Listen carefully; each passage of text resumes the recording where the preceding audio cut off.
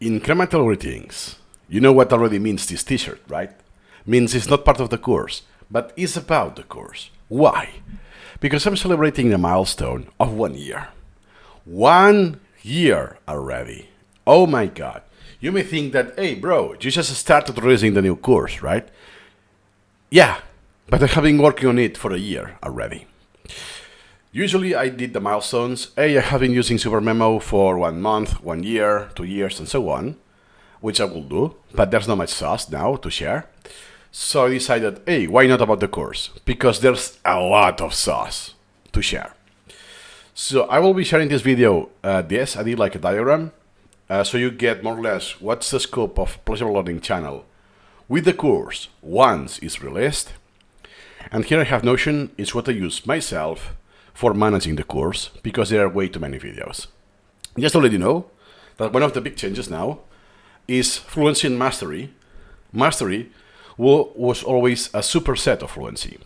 Do you see at the beginning is still true? So the introduction has 52 videos, out of 16 are also in the Fluency, and they just have different order. But now, later on I realized, hey, there are way too a few videos on the Fluency, 2 or 3 or 4. It's quite odd, right? So then, hey, let me add some sections in a different way from the Mastery. So I have broken this.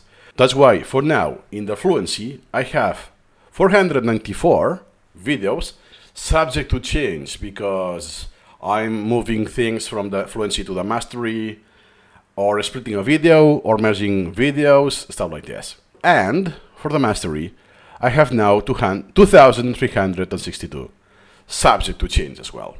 It's a massive effort. So that's one point. Then how this compares? So graphically, we can say that at the beginning, you have the exact same sections, just the version of Fluency and Mastery, but just for, I don't know, 7 or 8 that they fully overlap. The other will be different, rearranged differently, basically. That also means, by the way, that some videos are only found on the Fluency, not on the Mastery. Why? Because they're more superficial, especially at the beginning, because I purposely don't mention this, don't mention that, because has not been introduced, and it will never be introduced at all, and goes a lot more to the point, only the, hey, you should only care about this, just to let you know it exists for this and that. End of the story. That's why I usually reshoot the video. So you have 2 different distinct versions now. That's why it's like this here and not fully inside. Just to name one example, it's not a feature example that most of the course will be like this, but it makes the point. So what happened? I did a 3-hour long video about the learning decalogue. This will be available on the Mastery track. And for the Fluency, it's just 10 minutes. Yeah, I explained the same, but not on the same depth. This will be an example, but not like this, because you don't have a 3-hour video. You will have perhaps a lot of different videos instead, in sequence. Okay, so then, once this is finished, if I ever finish doing the Mastery course, but even though I don't finish the Mastery, and it's the Fluency, then you have other stuff in my channel. The see also. See also means that, hey, you can, even if you have watched the entire course, there's still value. Usually it's personal milestones, like more or less I'm doing now for the course, but with SuperMemo. Hey, I changed my flow, now was only plain text, I have reduced the concepts, I have been the concept registry, the minimum template principle, sometimes events, the anniversary event, and so on, that are about SuperMemo still, or just user collection and flows, being Reacts, or no, I just have something and it's me alone. Hey, that's how to learn use SuperMemo. Hey, that's the collection of Cubis, one user. Those are his stats, and so on. So there are also collaborations, and so on. It could be like examples, especially if different people who have different flows that I don't have. That's why, by the way, I would like to ask you for your collection, for the stats, for the course. because I won't be able to have good quality of that chapter unless I have someone else's stats, not just mine. I will have something in the description about that. Then we will also have, after the course, SuperMemo in action.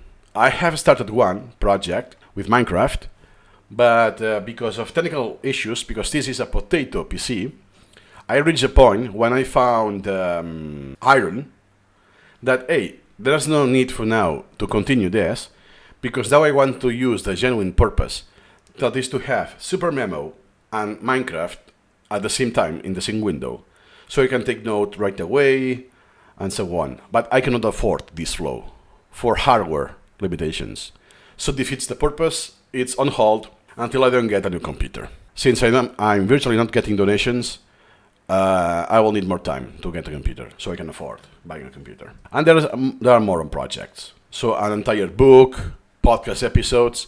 So I feature genuine examples of audio, video, and text.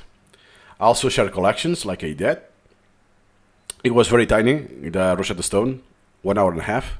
This is extremely time consuming, not just this. Also modifies how I use personally SuperMemo. In this case, Minecraft is its own collection. I can neglect it off a screen. But something else will be my collection. That means that I have to take that out every single day, so I don't do the repetitions. Everything is on record. I have to do the repetitions on this computer, recording the screen.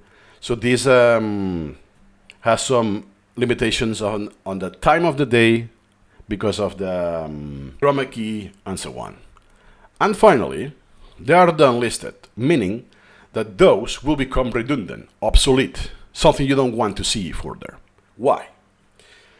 There's already the initial familiarization. This is just now for proof. When I say, hey, I needed 40 hours to get fluent with SuperMemo, you can have all of the raw footage, unedited, for proof. It's not meant to be seen now. Then, I also have the full course reaction, because I started the full course reaction style to prepare for my own course, until I realized there's no need to continue already, because I'm no longer reacting. Especially the latest two sections, subsets, and batch rescheduling options, I was already doing my own. That's why I stopped. There are more videos, by the way, but on this playlist, not all of them will be going to be here. Not all of them will be unlisted, because especially the last two sections, I'm going to reuse them, because they are no longer reactions, and they are very close to what I will do. So there's no need to reshoot them, especially when after a year, only 10 or 20 people have watched the video. It won't be a wise usage of my time. And finally, the non-course videos, since I started in 2020, are more or less the next 3 years, that, hey, I realized this, I learned this, I wanted to share, boom. But the quality is a lot lower, not necessarily how I speak, which could be the case, that I have more accent and stuff like this, but as a didactic point, that it's harder to follow what I say, or I take a lot of things for granted, and stuff like this. I don't know yet how many, but I'm keeping track of all of this. Do you see? Here are some the full react that is non-course. This will be reshot. And you see exactly where. And some cases, this is an example that I'm pretty sure I will reuse it. Do you see now it says? So I have been taking all of this into account. I have spent a lot of hours. It's crazy. And just to prove a point is that I have done already 466 video for the mastery course. And how is that possible? It's because a lot of slideshows that I did when I was doing the MBA was already considering the course. That's why I say I have been working on the course for a year. But they are not in any playlist yet, because that section will come later, and only on the mastery track. Even though, now that's what I recorded this week or recently, what I have been editing, but it's not on my channel, or what is in my channel uploaded, but I don't publish it because it's way ahead of content. 106 that are ready. So I prepared all of the background. I will say this in this video. I'm not going to mention this. This is especially true in the Fluency track videos and the ones that are waiting. It's a massive, absolutely massive effort. Remember that this course is absolutely for free, it's donation-based, and I'm virtually not getting many donations, to be honest. What I have gotten, it's less, I'm pretty sure I can say that. And history-wise, since I started the channel, not even 300. So that's what I will get in a few hours during a week of tutoring.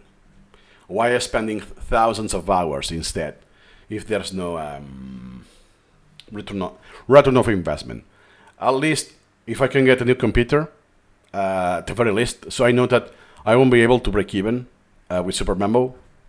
There's not enough people for that. The time I have invested already, all of you see here, that I have already published, recorded, and all of the time that I invested thinking about the structure of the course, which are more than 100 hours already with this already has more than 30,000 worth of material. And this is just specifically the course. I'm counting the time that I have been experimenting every single feature, exploiting the ins and outs, the use cases, and so on, reporting the bugs, discussing SuperMemopedia. Hey, there's a hole in the documentation. This is super time consuming, and I have been doing this since 2020. Because very soon, when I started tutoring, I already knew that I will do a course. So that has been all more or less what will be the content. I hope to publish at least 100 videos a month. That is basically all of my free time, working on holidays, working on weekends, editing during nights. Sometimes I fall asleep on the couch editing videos, and even sacrificing, let's say, 90% of my time with SuperMemo. My own usage is very scarce. I do enjoy it, but the enjoyment has a limit. Even if it's super high, I will reach a limit. I cannot do 2,000 videos non-stop at the cost of my own time and so on. So perhaps I will need to take more incremental approach, but I want to do this sooner or later. If you can afford, please donate. That's all for what the 1 year milestone. And remember, could be 2 year milestone. Depends on, it's very likely. In 1 year, I'm not going to finish all of the mastery. Even a full-time job dedication, it's unlikely. Hope you enjoyed the course. Please provide any feedback you may have. And that's all for now. See you incrementally.